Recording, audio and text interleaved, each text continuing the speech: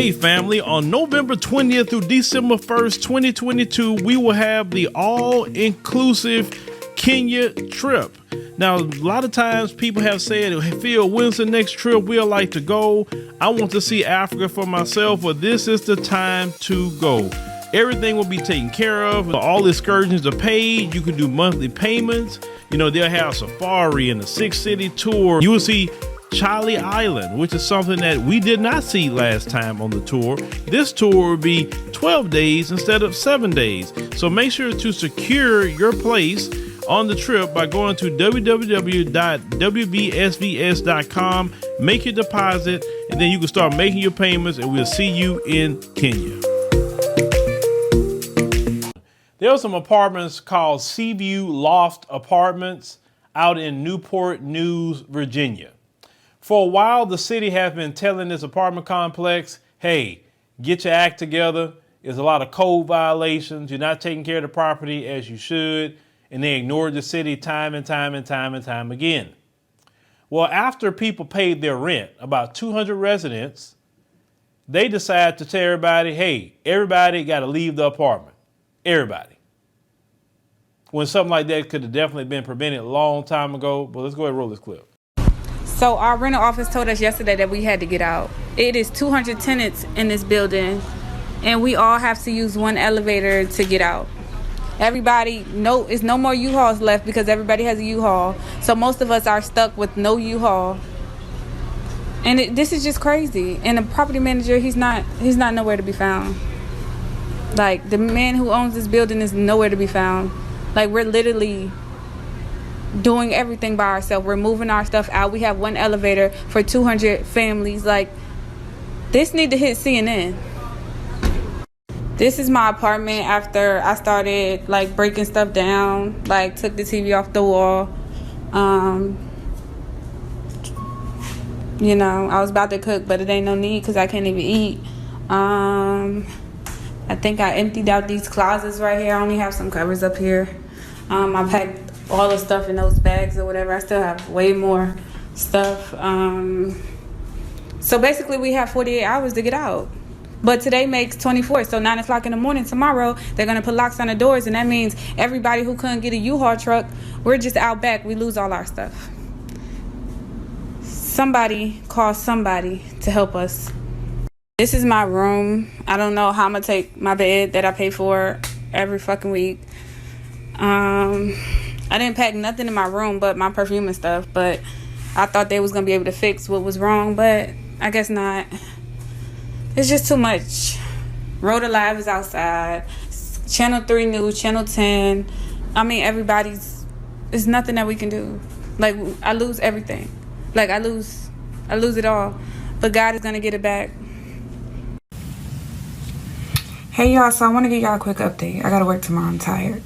So, basically, some people have been placed in hotels. Some of them haven't. The elderly comes first, as we all know. And then everybody else follows. News Channel 3 was out there, News Channel 10, Road Alive was out there, and whatever other news channel we have in Virginia. Police was out there, deputies, firefighters.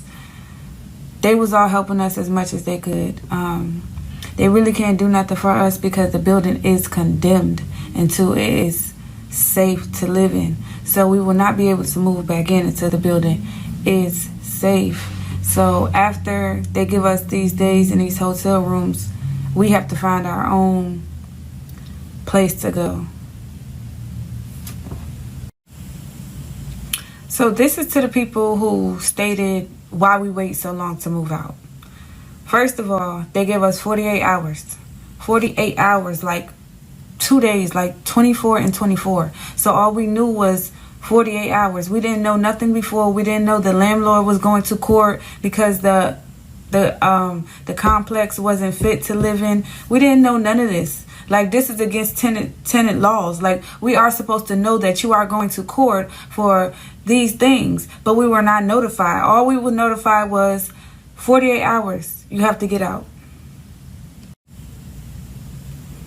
It's only so much you can do when it's 200 families moving out of a building. We have one elevator, we have one set of stairs. So we have all these people and families, dogs, pet, everything. Everybody's trying to move out at one time. It is overwhelming. When I tell you I am tired, I stood outside from 9 o'clock in the morning to like 5 o'clock in the afternoon, trying to see what was going on, or what they was going to do with us, or whatever it was.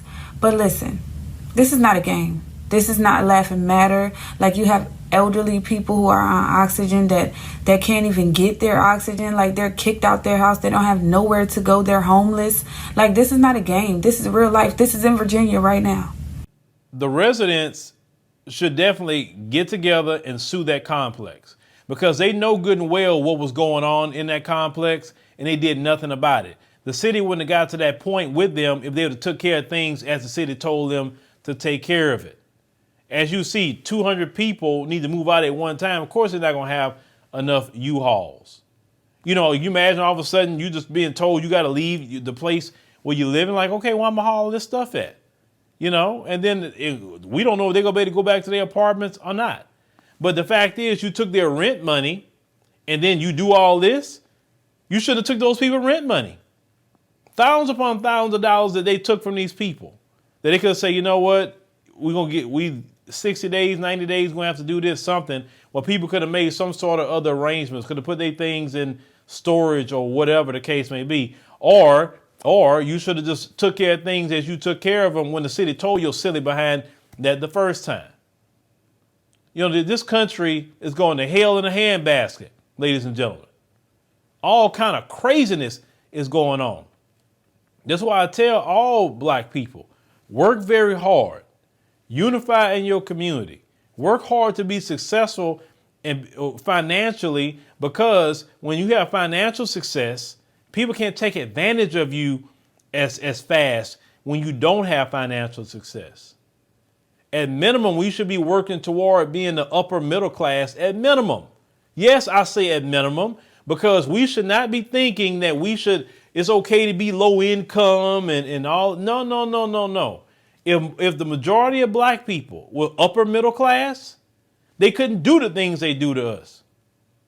And if we unify together as a people, work together, buy land, build communities, etc., that's another thing they couldn't do to take advantage of us.